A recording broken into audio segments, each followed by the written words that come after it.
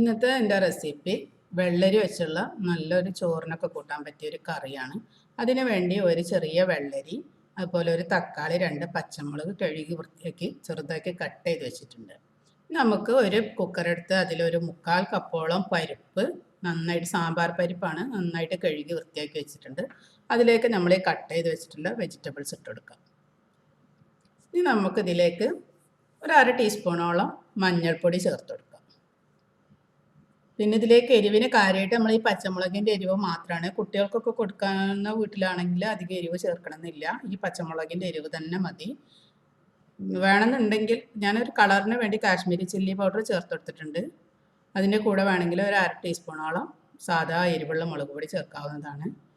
പിന്നെ നമ്മൾ അതിലേക്ക് ആവശ്യത്തിനുള്ള ഉപ്പും ചേർത്ത് ഇത് മുങ്ങിക്കെടുക്കാനുള്ള വെള്ളം ഒഴിച്ച് നമുക്ക് കുക്കർ അടച്ച് വെച്ച് വേവിച്ചെടുക്കാം. അപ്പോൾ അതൊന്ന് ആദ്യം ലെവൽ ചെയ്ത് കൊടുക്കുക. എന്നിട്ട് നമ്മൾ കുക്കറൊക്കെ ഒന്ന് അടച്ചെടുത്ത് വേവിച്ചു. ഇനി നമുക്കിതിലേക്ക് ആവശ്യമുള്ള അരപ്പ് തയ്യാറാക്കാം. ഞാനൊരു 1/2 to 1/4 കപ്പോളം തേങ്ങയാണ് എടുത്തിട്ടുള്ളത്. ഒരു 3-4 സ്പൂണ് തേങ്ങ ഉണ്ടാവും. അതിലേക്കൊരു 4 ചെറിയ ഉള്ളി എടുത്തിട്ടുണ്ട്. ഒരല്പം മഞ്ഞൾപ്പൊടിയും അതിലേക്ക് ആവശ്യത്തിനുള്ള ഉപ്പും ചേർത്ത് നമുക്ക് നന്നായിട്ടൊന്ന് പേസ്റ്റ് രൂപത്തിൽ അരച്ച് തരാം.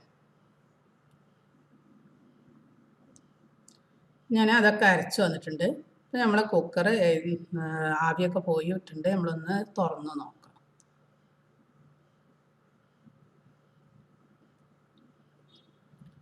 ഇപ്പം നമ്മളെ കുക്കർ നമ്മൾ തുറന്ന് നോക്കിയിട്ടുണ്ട്.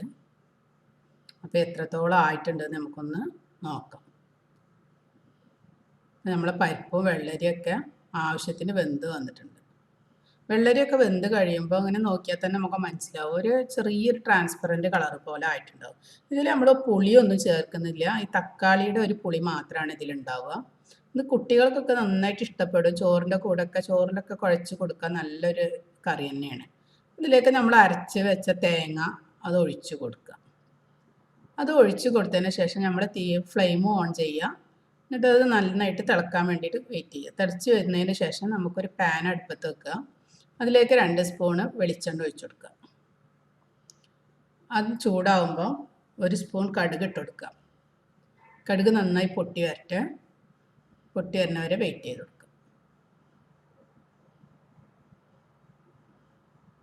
ഇപ്പോൾ കടുക് പൊട്ടി വരാൻ തുടങ്ങിയിട്ടുണ്ട്. അപ്പം ഞാൻ ഇതുപോലെ ഒരു 1/2 സ്പൂണോളം നല്ല ജീരകമാണ് ഇട്ടെടുത്തത്. ഞാൻ ഇങ്ങനെയുള്ള എല്ലാ വെജിറ്റബിൾ കറിയിലും നല്ല ജീരകം ഇങ്ങനെ പൊട്ടിച്ച് കൊടുക്കാറുണ്ട്. ഞാൻ തേങ്ങ അരക്കുമ്പോൾ നല്ല ജീരകം ചേർക്കലില്ല വെള്ളരിയിലൊന്നും.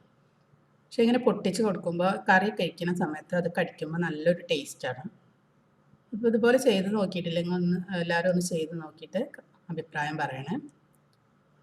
നമുക്കിതിലേക്ക് 2 ഉണക്കമുളക്, വറ്റൽമുളക് നമുക്ക് ഇട്ട് കൊടുക്കാം. അതുപോലെ 2 തണ്ട് കറിവേപ്പില ഇട്ട് കൊടുക്കാം. ഇത്രയാണ് നമ്മൾ താളിപ്പ്. ഇത് നന്നായിട്ട് ഒന്ന് മൂത്ത് വന്നതിന് ശേഷം നമുക്കിത് നമ്മുടെ കറിയിലേക്ക് ഒഴിച്ചു കൊടുക്കാം. അപ്പോൾ നമ്മളെ കറിയിലേക്ക് ഒഴിച്ചു കൊടുത്തിട്ടുണ്ട്. ഇതെല്ലാം കൂടെ മിക്സ് ചെയ്ത് നല്ല ടേസ്റ്റാണ് ഈ കറി കൂട്ടാൻ. കുട്ടികൾക്കൊക്കെ നല്ല ഇഷ്ടപ്പെടും. എല്ലാവരും ഒന്ന് ട്രൈ ചെയ്ത് നോക്കണേ. അധികം എരിവില്ലാത്തതുകൊണ്ട് തന്നെ കുട്ടികൾക്കൊക്കെ ചോറിൻ്റെ കൂടെയൊക്കെ കൊടുക്കാനും, ചെറിയ കുട്ടികളുണ്ടാവുമല്ലോ, അപ്പോൾ നമ്മൾ ചോറൊക്കെ കഴിക്കാനായി തുടങ്ങിയ കുട്ടികൾക്കൊക്കെ നല്ല ഇഷ്ടപ്പെടും ഈ കറിയാവുമ്പോൾ. അപ്പോൾ വെള്ളരിയൊക്കെ നല്ലപോലെ ഞവണ്ടിയിട്ട് കൊടുക്കുമ്പോൾ അവർക്ക് കഴിക്കാനും സുഖമാണ്. അപ്പോൾ എൻ്റെ ചാനൽ ആദ്യമായിട്ട് കാണുന്നവരാണെങ്കിൽ സബ്സ്ക്രൈബ് ചെയ്യുക, കമൻറ്റ് ചെയ്യുക, ലൈക്ക് ചെയ്യുക. അപ്പോൾ ഇനി അടുത്ത വീഡിയോയുമായിട്ട് വീണ്ടും കാണാം.